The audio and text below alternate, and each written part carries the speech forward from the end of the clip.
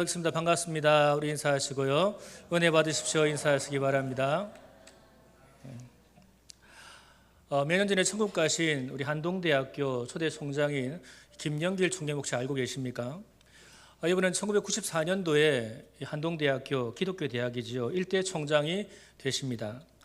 한동대학교 시작되고 총장으로 처음 부임했습니다마는 학교에는 엄청난 문제가 참 많이 있었습니다. 재정의 문제, 학교의 그 수급 문제라 학생 수급 문제, 교수 채용 문제 등 많은 문제가 그 학교에 있습니다.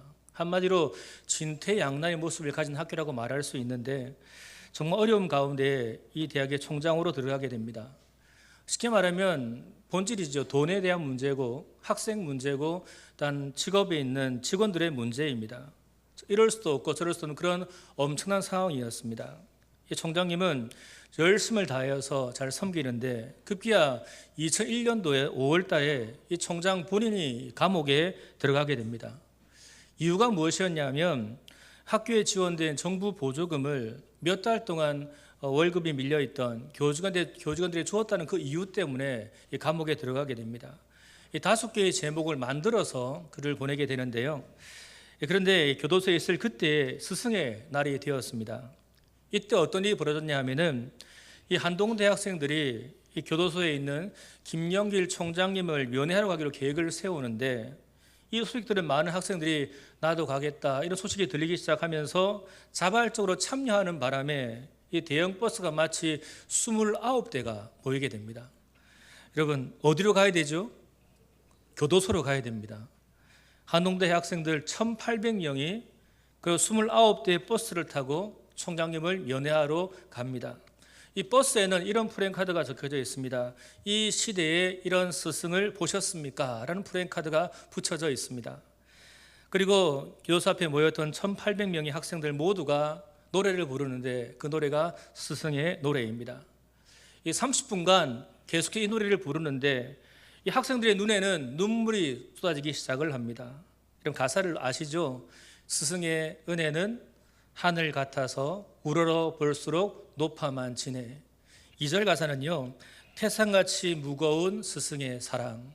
3절 가사는요, 바다보다 더 깊은 스승의 은혜. 이 가사였습니다. 이 노래를 모두가 손을 펴 부르면서 같이 울고 있습니다. 그때 교도소 앞의 풍경을 본 언론사들이 큰 충격을 받게 됩니다. 그리고 이 사실을 대대로 보도를 하면서 다시 총장에 대한 조사가 시작되었는데 그날 저녁 신문에 이렇게 나와 있습니다. 이 시대는 이 총장 물러가라고 하는 데모를 하는 시대인데 이런 시대에 총장이 부정을 행했다면 학생들이 먼저 알 것이다 라고 설명을 하면서 이 재판은 끝난 것이나 다름이 없다고 하는 기사가 전 신문 보도에 나오기 시작을 했습니다. 조금 이후에 이 재판을 받게 되는데 모두가 무죄가 되었고 또한 총장님은 석방을 하게 됩니다. 근데 여러분 이 사건이 보도되면서 이 한동대학교 어려운 사정을 알게 되었던 각계각층의 사람들이 후원이 시작되게 됩니다. 무려 46억 원의 후원금이 거쳐져서 이 한동대학교는 큰 어려움을 잘 넘겨내었다고 합니다. 지금은 정말 이름 있는 기독교 대학으로서의 지경을 넓히고 있는 상황이 바로 지금의 한동대학교입니다. 여러분 이 한동대학교의 상황을 보게 되면 무엇을 느끼십니까? 정말 엄청난 고통과 시련, 심지어 총장까지도 감옥에 갇혀 있는 상황. 이 상황을 바라볼 때마다 우리 한자성어로 오늘 말씀과 똑같은 것을 느낄 수 있지 않을까요? 바로 진퇴양난입니다. 나아갈 진, 물러갈 퇴, 두 양 어려울 난. 이러지도 못하고 저러지도 못하는 매우 곤란한 상태가 바로 이 상태입니다. 그러나 예수 믿는 학생들과 총장님이 하나가 되어서 이런 위기 때를 이겨냅니다. 오늘은 이 스승의 주일입니다. 이 교회에서 주일학교 교사들에게 조그마한 커피 쿠폰을 다 선물로 5월 15일에 보내드렸습니다. 근데 모두가 얼마나 감사하다고 말씀하시는지 저는 이런 교사들 때문에 저는 행복한 목사입니다. 우리 교회의 모든 교사와 다음 세대 학생들이 서로 하나됨이 있고 위로하고 격려하고 살아가는 교회가 되기를 소망합니다. 그리하여 정말 징태양난 같은 세상 속에 사는 아이들에게 교사들로 인하여서 예수 그리스도가 증거되고 만나고 이 어려움 가운데서 능히 이기는 아들 되기를 주의 이름으로 축원합니다. 같이 한번 서로 인사를 다시 나눠볼까요? 사랑합니다. 존경합니다. 인사하겠습니다. 사랑합니다. 존경합니다. 오늘 본문은 우리가 너무나 잘 알고 있는 말씀이죠. 이스라엘 백성들이 애굽에서 400년 동안의 이 종살이 노예 생활을 하게 됩니다. 그 고통 중에 하나님께 부르짖습니다. 그때 하나님은 강권적인 역사로 애굽에서 10가지 재앙을 일으키시고 탈출하게 해 주셨습니다. 근데 애굽에 탈출하자마자 도착한 곳이 어디였습니까? 시퍼런 바닷물이 넘실거리고 있는 홍해 앞입니다. 그때 애굽 왕 바로가 다시 마음이 강팍해져서 군사를 이끌고 이 백성들을 추격해 옵니다. 앞에는 홍해가 있고 뒤에는 엄청난 강한 애국 군사가 있습니다. 이스라엘 백성들은 그 안 사이에 끼어 있습니다. 이러지도 못하고 저러지도 못하는 그런 진퇴양난의 상태가 바로 지금 그들의 모습입니다.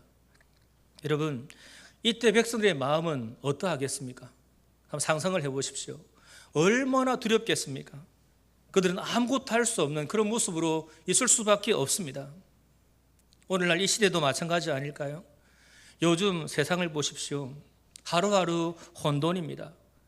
뉴스를 보는 것조차도 혼란스럽습니다. 우리나라가 언제부터 이렇게 되었는가 한탄이 나올 정도 아닙니까?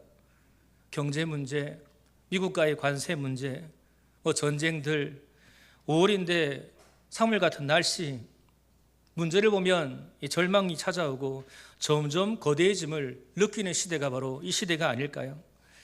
이런 진퇴양난의 시대에서 여러분, 우리가 어떻게 이 땅을 살아갈 수가 있겠습니까?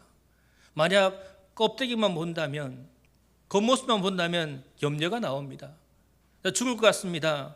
망한 것 같습니다만은 우리가 바라보는 차원을 한 차원 높인다면 문제는 별거 아님을 여러분 기억하시기를 바랍니다. 우리는 믿지 않는 세상 사람들과 바라보는 시각이 분명히 달라야 됩니다. 우리는 살아계신 하나님을 믿는다고 하면서 세상의 시각으로 문제를 바라본다면 우리는 세상 사람들과 같이 절망할 수밖에 없습니다. 이 진퇴양난의 시대에 우리 성도가 해야 될 삶의 태도를 살펴보며 말씀으로 행하여서 형통한 삶 살아가는 우리가 되기를 주의 이름으로 축복합니다. 첫 번째 알 수 있는 것은 여러분, 두려워하지 말고 기도를 시작하시기를 바랍니다. 이스라엘 백성들은 애굽에서 나오면서 일평생 가장 위대한 기적을 체험합니다. 그것이 무엇이었습니까? 10가지 재앙이었습니다. 피, 개구리, 이, 파리, 악독, 독종, 우박, 그리고 메뚜기, 흑암, 맨 마지막엔 장자의 죽음까지 10가지 재앙을 통과를 했습니다. 이스라엘은 정말로 위대하시고 전능하신 하나님을 체험하면서 그 길을 떠나왔습니다. 애굽을 탈출했습니다. 그렇다면 여러분, 지금 이 시기가 애굽에서 나온 지 얼만큼 뒤인 줄 아십니까? 한번 생각을 해보십시오. 아니, 이 놀라운 기적을 체험하고 난 다음에 며칠 뒤에 이런 일이 생긴 줄 여러분 알고 계십니까? 성경학자들이 말하는 것은 3일 아니면 일주일을 이야기를 하고 있습니다. 여러분, 200만 명의 사람이 이동을 한다. 저는 7일 정도로 생각을 하게 되는데, 여러분 7일 이동하면서 이스라엘 백성의 말은 어떤 말이 제일 많았겠습니까? 한번 상상해 보십시오. 와, 우리 하나님 정말로 위대하시다. 정말 굉장하시다. 10가지 재앙 다 보았지 않느냐? 어떻게 물이 피가 될 수가 있어? 우리 아들 문설주에 피 바르고 살았어. 이 간증을 얼마나 많이 했겠습니까? 이제 고통 끝이고 자유다. 우리는 가나안 땅에 가서 예배를 한다. 너무너무 좋았습니다. 근데 여러분, 정확히 일주일 뒤 지금 엄청난 위기를 다시 만나게 됩니다. 그렇다면 여러분, 우리라면 어떻게 반응하시겠습니까? 한번 생각을 해보십시오. 우리 성도들의 반응, 저는 아마도 2가지로 생각을 하는데 여러분 한번 판단해보고, 첫 번째, 과거에 일하신 하나님께서 지금 나에게도 일하실 줄 믿습니다. 믿고 하나님께 구하고 기다렸을 것이다. 이게 1번입니다. 두 번째, 일주일 전의 기적을 다 잊어버리고 홍해를 보고 뒤따라오는 바로 왕의 군대를 보고 벌벌 떨다가 하나님을 원망하고 모세를 원망했을 것이다. 1번, 2번. 몇 번이십니까? 답을 해보십시오. 몇 번이십니까? 마음은 1번이되 육신은 2번을 따라가는 것. 혹시 이것이 우리의 모습은 아닌가 생각해 보십시오. 저는 모두 1번 되기를 간절히 소망합니다. 나를 구원하신 그 하나님의 은혜가 너무나 커서 나의 앞길을 인도할 줄 믿기 때문에 주님만을 바라보는 것이 바로 우리가 해야 될 모습이 아니겠습니까? 오늘 이스라엘 백성 보십시오.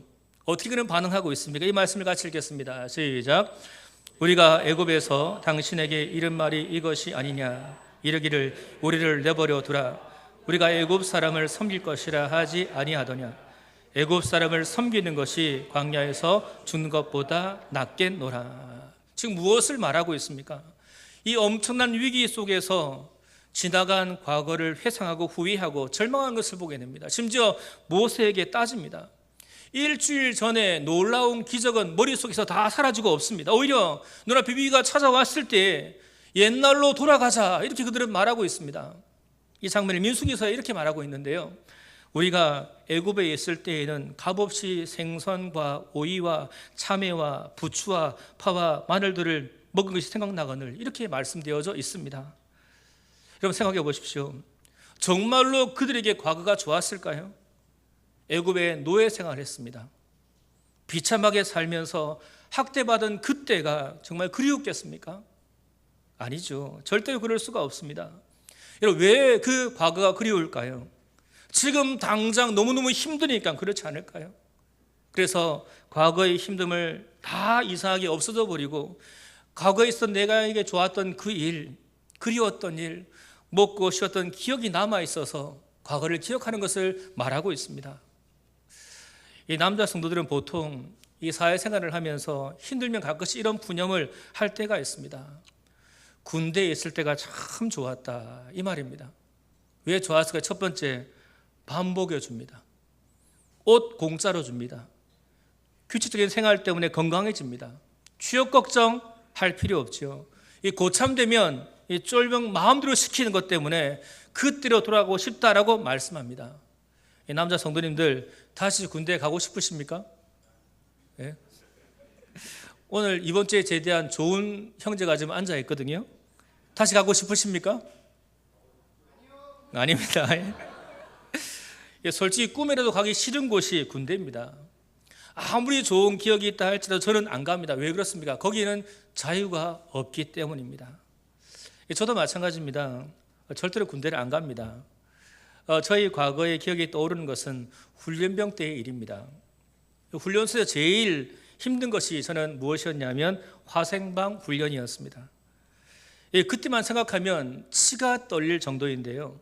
먼저는 이 방독면을 쓰고 캄캄한 방에 들어가는데 그때 조교가 화약약품을 팡 터뜨립니다. 그리고 숨을 쉬어보라고 이야기를 하죠. 방독면을 쓰고 있기 때문에 이 가스가 안으로 안 들어와서 참 편안합니다. 그 뒤가 중요하죠. 조교가 이렇게 말합니다. 방독면 벗어. 여러분 그때부터 죽음이 찾아옵니다. 화약약품을 터뜨리자마자 여러분 코 그리고 눈, 입에 막 이 가스가 들어오기 시작하면서 반응이 뭐냐면은 눈물, 콧물, 침물이 다 막 쏟아지기 시작을 합니다. 온몸이 전부 다 그냥 쏟아집니다. 미칠 정도인데 이곳에 또 붙으니까 어떨까요? 피부가 너무너무 따갑습니다. 그러니까 조교가 한마디를 합니다. 여러분의 이 고통은 어머니의 해산의 고통과 아버지 수고의 피와 비교할 때 아무것도 아닙니다. 이제 여기서 어머님의 노래를 부르겠습니다. 같이 병사의 노래를 부르는데요. 지난주에 불렀던 나 실제 괴로움 다 잊으시고 이거를 부릅니다. 제 개인적인 생각으로는 좀 빨리 부르면 좋을 텐데 나 실제 이렇게 부르서는 죽는 줄 알았습니다. 다시 그 실로 돌아가라. 저는 안 갑니다. 남자 성도님들은 이 사회생활이 당장 힘드니까 떠오르는 것은 옛날 생각 그때로 돌아갈 때가 참 많이 있지 않겠습니까? 여러분 신앙생활도 마찬가지입니다. 어떤 사람은 예수를 믿다가 조금 마음이 상하거나 따분해지면 늘 이렇게 말하죠. 옛날이 좋았다. 옛날로 돌아가자. 이 말들을 종종 합니다. 이런 물어볼게요. 세상에서 마귀의 종도를 할 그때가 좋았습니까? 여러분 복음 없이 험하게 살던 그 시절이 여러분 좋았습니까? 하루하루 의미 없이 살던 그 시절이 여러분 좋았습니까? 예수를 믿다가 어려움이 생기니까 이전에 세상에서 즐기던 달콤한 죄의 쾌락이 좀 떠오르시죠. 잠깐의 즐거움, 마시던 술 한 잔, 춤췄던 것, 도박했던 것, 담배 피고 클럽 가고, 이런 여러분 자유로운 모습이 여러분 그립습니까? 오늘 성경 말씀대로 이야기한다면 이 말이죠. 내가 애굽에서 먹었던, 값없이 먹었던 생선, 오이, 참외, 부추, 파, 마늘, 이게 생각난다 말까 똑같습니다. 근데 성도 여러분, 지금 아무리 예수 믿기가 어렵고 힘들고 눈앞이 깜깜하다 할지라도 지금 우리가 예수 안에 있는 것이 최고의 행복임을 믿으시기를 바랍니다. 우리 최고의 가치가 무엇입니까? 그것은 바로 하나님의 나라입니다. 결코 과거에 얽매여 살지 마십시오. 이 사탄은 언제나 과거를 보게 합니다. 거기에 또한 얽매이려고 하는 것이 사탄의 모습이죠. 그래서 대개 실패하는 사람들을 보게 되면 과거만 추억하는 사람들입니다. 그래서 과거를 자꾸 들추어내면서 왕년에는, 과거에는, 옛날에는, 자꾸 이런 말을 하는 사람들 여러분 조심하셔야 됩니다. 어떤 분은 60대이신데요 아직까지 대학 입시 성적 가지고 이해하는 분들을 종종 보았습니다. 내가 10점만 더 받았더라면 더 좋은 대학, 더 좋은 직장, 더 좋은 마누라 얻었을 것이라고 말을 합니다. 제 마음의 생각은 그걸 들으면서 아닌데, 그런 마음이 제가 들었습니다. 근데 여러분, 성령은 언제나 우리에게 무엇을 보여줍니까? 미래와 비전과 환상을 보게 만드는 것이 바로 성령님이십니다. 이 말씀을 같이 읽겠습니다. 시작.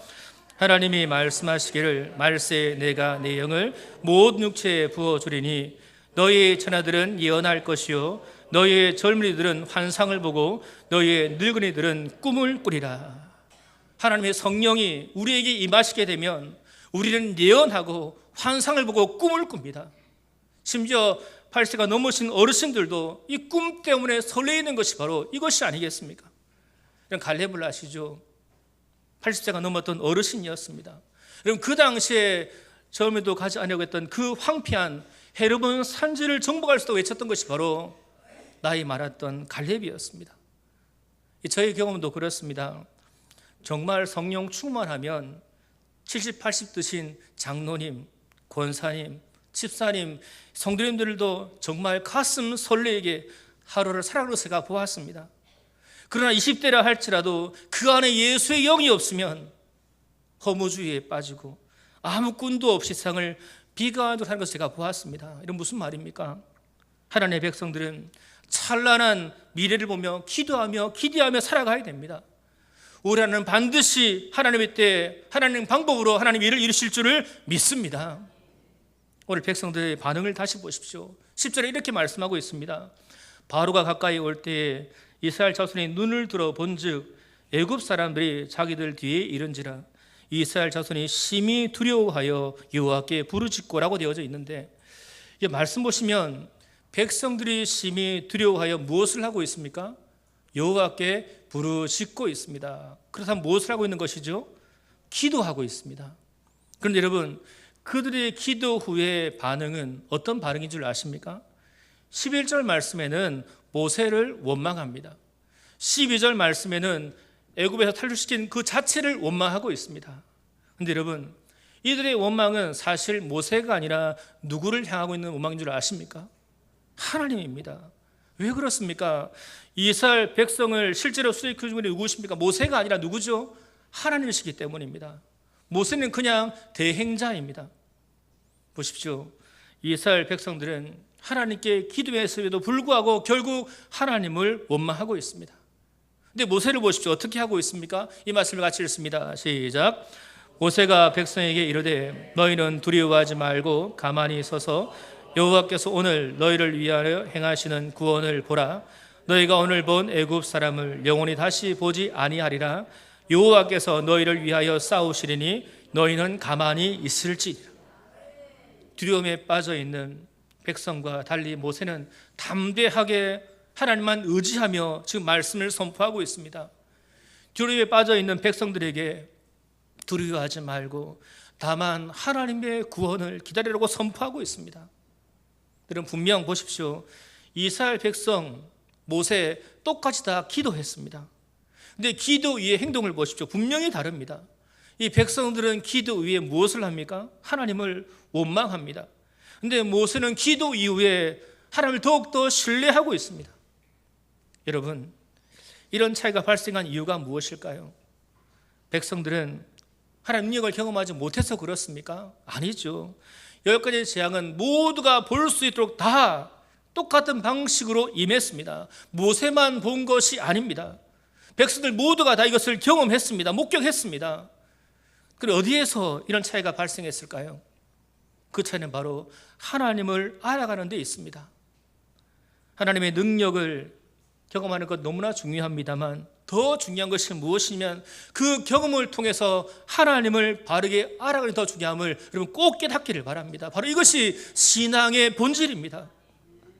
성도 여러분, 과거에 기도 응답을 경험한 것으로 그쳐서는 안 됩니다. 중요한 것은 그 기도 응답을 통하여서 하나님이 누구신지를 알아가야 됩니다. 모세가 알고 있는 그 하나님은 어떤 분이었습니까? 자신을 부르시고 떨기나무 불꽃 아래에서 나타나셔서 말씀하셨던 전능하신 하나님이었습니다. 출애굽기 말씀이 이렇게 나오죠. 하나님이 모세에게 이르시되 나는 스스로 있는 자이니라. 또 이르시되 너는 이스라엘 자손에게 이같이 이르기를 스스로 있는 자가 나를 너에게 보내셨다 하라 라고 말씀합니다. 모세는 하나님과 교제하면서 말씀을 들었던 사람이고 10가지 재앙을 통하여서 행하셨던 전능한 하나님을 분명히 알았습니다. 전능한 하나님을 알고 믿고 있었기 때문에 모세가 지금 첫 번째 여러분 선포한 메시지가 뭔 줄 아십니까? 13절 말씀이 뭐라고 제일 먼저 말합니까? 너희는 두려워하지 말라고 분명히 말씀하는 것을 보게 됩니다.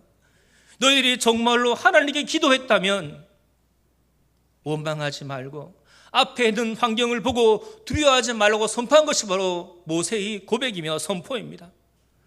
왜 하나님께서 모세를 통해 그 백성들에게 두려움을 경계시킬까요? 그 두려움은 우리 마음과 판단을 마비시키기 때문입니다. 두려움에서 자유로운 인생은 솔직히 아무도 없습니다. 이 두려움은 인간 생존의 방식이죠. 그러나 문제가 무엇이냐면 과도한 두려움이 문제입니다. 과도한 두려움은 하나님께로부터 나온 것이 아닙니다. 과도한 두려움은 하나님이 아닌 마귀에게서 나온 것임을 즉각 인지하셔야 됩니다. 마귀는 두려움의 영입니다.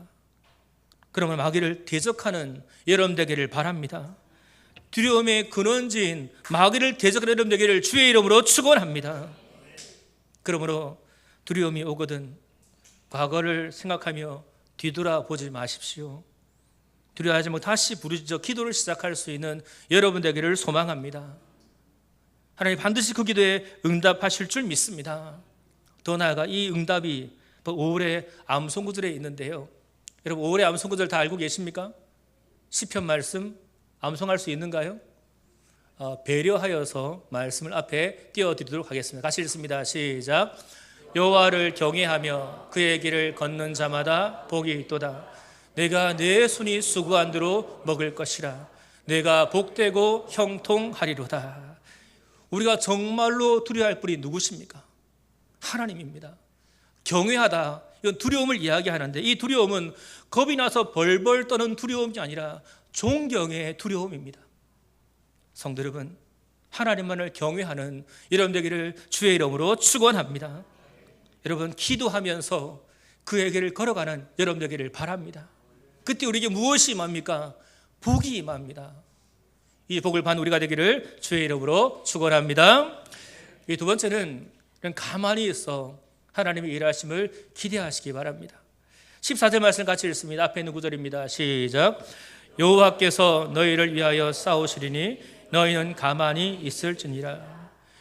여러분 진정으로 부르짖어 기도하셨다면 이제는 하나님의 일하심을 기다리시면 됩니다. 이때 필요한 기도는 더 이상 부르짖음의 간구가 아니라 침묵의 기도입니다. 주께서는 우리 기도가 차거나 혹은 주께서 일하실 때가 되면 반드시 우리에게 침묵을 요구하십니다. 여기에서의 침묵은 우리가 하나님을 신뢰함을 말하는 것이고 모든 상황을 온전히 주께 맡겨드림을 의미하고 있습니다. 하나님 일하실 공간을 내어드림을 말씀하고 있습니다. 성도 여러분, 제발 주님께 기회를 드릴 수 있는 여러분 되기를 바랍니다. 많은 성도들이 여기에 넘어질 때가 많죠. 너무 조급합니다. 빨리빨리 이것이 우리의 삶의 대중화되어서 그렇습니다. 김상수 목사님께서 중국 서안에 목회를 하실 때에 제가 그곳에 다녀온 적이 있습니다. 중국 선교 여행이었는데요. 우리 목사님이 식당에 가셔서 이 중국 사람들한테 우리 한국 사람이 왔다고 소개를 해 주었습니다. 그러니까 식당 사람이 나와서 인사를 하는데 매우 이렇게 웃으면서 인사를 하면서 한마디를 툭 던집니다. 뭔 줄 아십니까? 빨리빨리 이렇게 말하더라고요, 저한테요. 이것이 한국 사람의 인식입니다. 한번 곰곰이 생각을 해보십시오. 그럼 빨리빨리해서 잘된 일이 여러분 있었던가요? 총각을 다투는 일을 제외하고는 모두 실패하지 않았습니까? 솔직히 저는 밥을 못합니다. 그런데 신혼 시절에는 밥을 종종 했습니다. 왜냐하면 여러분 알듯이 쿠쿠 하세요? 기억나십니까? 쿠쿠가 있었기 때문에 너무 좋았습니다. 자동 압력 밥솥입니다. 그냥 쌀만 씻고 놓고 누리면 끝입니다. 너무너무 좋았는데요. 근데 아내가 하는 말이 이 밥맛이 좋으려면 전기보다는 그냥 압력 밥솥이 좋습니다라고 말을 하길래 그렇게 하자고 이야기했습니다. 그 다음부터는 더 이상 밥을 못했습니다. 왠 줄 아십니까? 제가 성질이 워낙 급한 편이라서 하고 있는 도중에 되었는지 뚜껑을 열어보고 닫다가 또 뚜껑 열어보고 밥이 어떻게 되었을까요? 밥이 아니라 괴물이 되어져 있더라고요. 저는 보았습니다. 근데 감사하게도, 정말 감사하게도 그 이후로 저는 밥을 더 이상 하지 않게 되었습니다. 저희 성질 덕분입니다. 여러분 이게 감사의 제목인가요? 잘 모르겠습니다만 여러분 우리 인생에서 이 급한 성질, 이 성격 때문에 얼마나 많은 은혜를 여러분 잊어버리셨습니까? 조금만 더 참을 걸, 조금만 더 기다릴 걸, 조금만 더 생각할 걸, 그렇지 않는가요? 이제 하나님께 맡기고 하나님의 행하심을 기다리시기를 간절히 바랍니다. 오늘 본문에 가만히 있으라 이 말씀을 주신 이유를 우리 분명히 말씀에서 찾을 수가 있는데 이런 말씀 보십시오. 여호와께서 너희를 위해서 싸우시리니 너희는 가만히 있을지니라. 왜 우리가 가만히 있어야 됩니까? 답이 나와 있죠. 답이 무엇입니까? 여호와께서 너희를 위하여 싸우시리니 바로 이 언약입니다. 이 약속입니다. 위기를 이기는 힘은 뭔지 아십니까? 약속을 바로 말씀을 믿으시기를 바랍니다. 우리가 예수를 믿고 이 땅을 살지만 일시적으로 절망이 찾아올 때가 종종 있습니다. 위대한 하나님의 종이었던 엘리야, 요나, 아브라함도 실족했지요.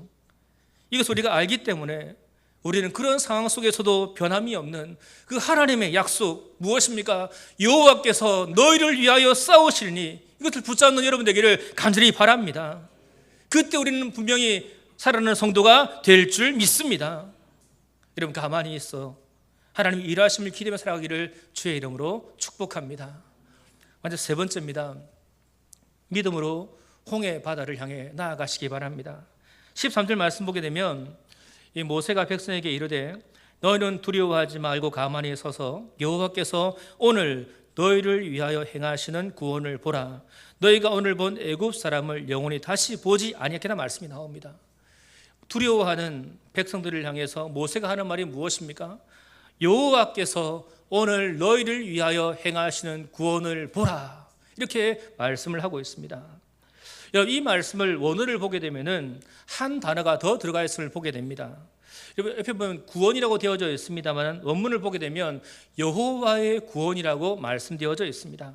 즉 예수아트 아도나이 이렇게 되어 있어서 여호와라는 단어가 더 들어가 있음을 찾을 수가 있습니다.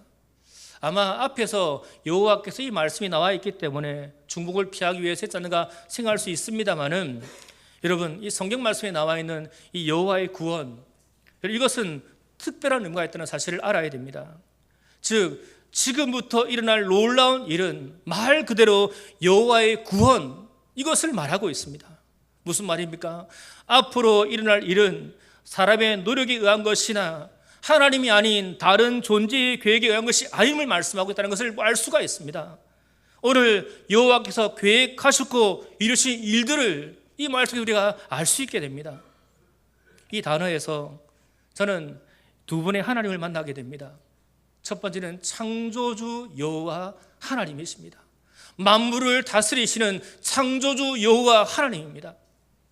두 번째는 무엇이냐면 구원자 예수님 하나님을 만나게 됩니다. 우리를 이끌어 가시고 구원하실 예수를 만나게 되는데, 여러분, 예수 그리스도의 이름은 한마디로 구원의 뜻을 가지고 있습니다. 히브리어 앞에 나와 있는 예수 아트가 되어 있는데 우리 야사 여기에서 파생이 되었습니다. 즉 여호와의 구원은 여호와의 예수가 됩니다. 곧 예수로 말미암는 구원 역시 하나님께서 온전히 이루심을 우리에게 말씀하고 있는 것이 바로 이 말씀입니다. 하나님이 모든 것을 이루시기 때문에, 우리 구원을 이루시기 때문에 모세의 말대로 사람들은 가만히 있을 수밖에 없습니다. 우리를 보십시오. 우리도 가만히 있어 하나님이 행하시는 놀라운 일을 보고 우리가 할 수 있는 것은 바로 하나님께 영광 돌리는 일이 아니겠습니까? 이것을 믿으면 됩니다. 진퇴양난의 사건 속에서 우리가 할 수 있는 일이 있을까요? 하나도 없습니다. 오늘 말씀 보십시오. 추격해온 바로의 병사들의 창, 칼을 맨손으로 막을 수 있을까요? 병거를 제어할 수가 있을까요? 할 수가 없습니다.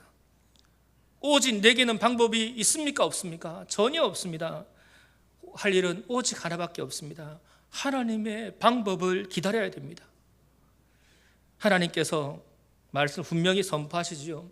13절 하반부에 이렇게 말씀되어져 있습니다. 너희가 오늘 본 애굽 사람을 영원히 다시 보지 아니하리라 말씀이 되어져 있습니다. 눈앞까지 다가온 애굽 군대를 다시는 만나지 않도록 하나님이 너희를 구원해 주시겠다라고 약속하는 것을 말씀하고 있습니다. 그 방법이 무엇일까요?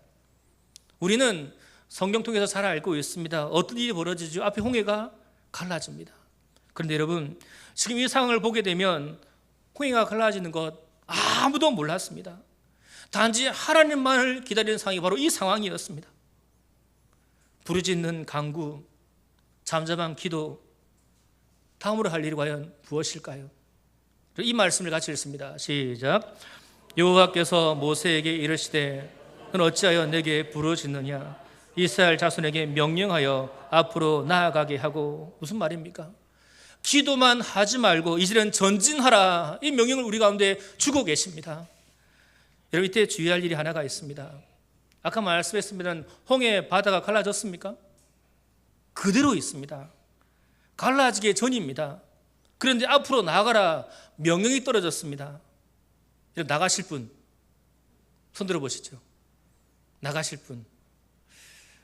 넘실거리는 홍해를 바라보며 그들은 담대하게 첫걸음을 내디뎌야 됩니다.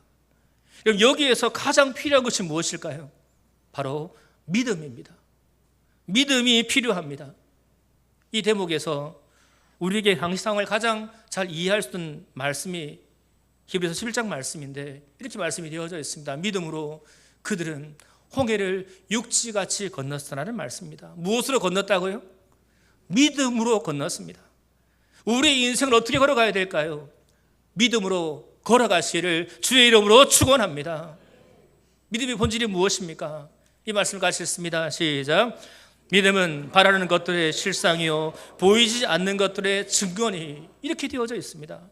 그들은 바닷길이 보이지 않았음에도 불구하고 믿음의 첫걸음을 내딛습니다. 그리고 바다는 믿음으로 갈라집니다. 성도 여러분, 우리를 둘러싼 상황에 전혀 나갈 길이 보이지 않아도 바다의 길을 내신 하나님을 의지하고 믿음으로 첫걸음을 내딛는다면 어떻게 되겠습니까? 반드시 열릴 줄 믿습니다. 여호와를 경외하며 그의 길을 걷는 자마다 무엇이 있습니까? 복이 있습니다. 여호와를 경외하며 그의 길을 걷는 자마다 복이 있습니다. 이 사실을 믿음으로 살아가는 우리가 되기를 소망합니다. 하나님 이제 험한 바다를 향해 달려가라고 전진하라고 말씀하십니다. 육신의 눈으로 보기에는 정말 무섭고 두렵지요. 그러나 그곳을 향해서 믿음으로 선포하며 나아갈 그때에 그 시퍼런 바다가 열린 역사가 일어날 줄 믿습니다. 여러분, 어렵습니까? 앞이 꽉 막혀 있는 상황인가요? 진퇴양난이십니까? 너무 답답해서 눈물까지 말라 있는 그런 삶입니까? 여러분, 이제는 선포하십시오. 저를 따라해 볼까요? 하나님은 나와 함께 하십니다. 한 번 더요. 하나님은 나와 함께 하십니다. 이것이 정답인 줄 믿습니다. 오늘 성경은 말씀합니다. 우리가 잘 알듯이 하나님의 구원의 방법은 너무나 놀라웠습니다. 똑같은 물속에 빠지게 되죠. 그 안에서 이스라엘 백성은 모두가 하나님을 인하여서 바로 여호와의 구원, 여호와의 예수를 그는 받았습니다. 그러나 애굽의 군대는 다 물에 빠져서 죽게 됩니다. 이렇게 이스라엘 백성들을 구원하신 하나님의 방법을 보게 되면 인간의 공로나 나의 자격이나 나의 재주 1%라도 포함될 수가 있었던가요? 없습니다.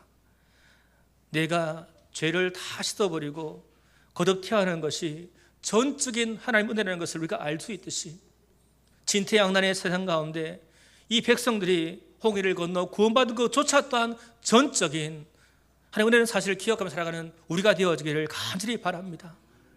하나님은 오늘날에도 우리 모든 위기에서 구원의 기적을 일으켜 주십니다.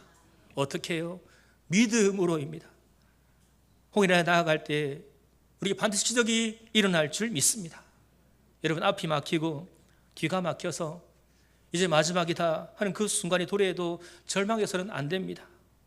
위에서 하나님의 구원의 밧줄이 내려오기 때문입니다. 다음 주는 네 번째 소풍주일입니다. 전도하셨습니까? 우리 교회에서 제일 대답 안 하는 답이 바로 이것이죠. 전도하셨습니까? 교회를 잘 안 나오는 분들에게 연락해 보셨나요? 우리가 이제 믿음으로 세상의 바다에 허덕이는 사람들을 이제 교회로 불러와야 되지 않겠습니까? 그들도 정말 진퇴양내 시대를 살고 있는데 같이 살아가는 것이 바로 우리 일생이 되어야 되지 않을까요? 일주일 동안 여러분 전도도 하시고 연락도 하셔서 어려운 세상 속에서 평안과 진정한 쉼을 누리는 역사가 일어나기를 간절히 바랍니다. 같이 한번 인사를 나눠볼까요? 옆에 향해서 전도합시다. 인사하겠습니다. 네. 말씀 맺겠습니다. 충청도 시골 마을에 섬기는 김모 목사님이 계시는데요. 이번에 교통사고 이후에 목을 움직이지 못하는 장애를 얻게 됩니다. 그런 몸으로 교회 승합차를 몰고 다니면서 교인들을 수송하면서 예배를 드리고 다니는데 그 교회를 25년 동안 지켜왔습니다. 근데 어느 날 그가 주일 예배 뒤에 교인들을 모셔다 드리고 돌아오는 길에 그 시골길에서 이 정신장애가 있는 부당의 소녀딸을 그냥 치고 말았습니다. 이 사실은 치였다기보다는 정신장애가 있으니까 뛰어들게 된 겁니다. 치고 말았는데 무당집에서 난리가 났습니다. 이 몸도 건강치 못한 목사가 무슨 운전을 하냐고 소리치기 시작을 합니다. 이 목사님은 기도 외에 방법이 없었습니다. 집으로 가지 않고 교회에 가서 엎드리며 기도합니다.